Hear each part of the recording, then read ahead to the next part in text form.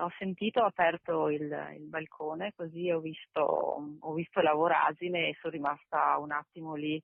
Una volta uscita in giardino, la proprietaria di questa casetta nelle colline di Corbanese non credeva ai suoi occhi. A meno di 4 metri dalla soglia di casa, il terreno del suo giardino era completamente franato, un'area verde di più di 300 metri quadrati scesi a valle in pochi secondi. Circa 1500 metri cubi di terreno con una palma e alcune piante che, sprofondando verso valle, hanno aperto una voragine nel giardino della casa.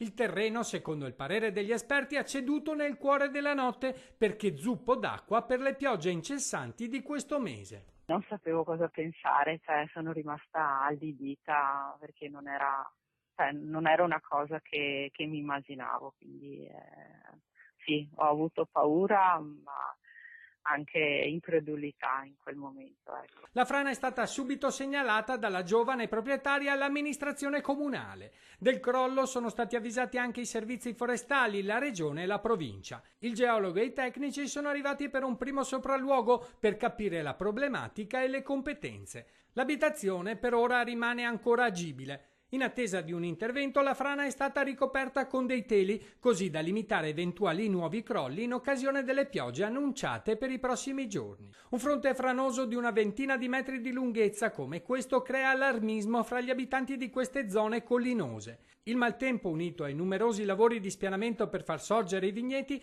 può causare altri smottamenti, secondo i residenti.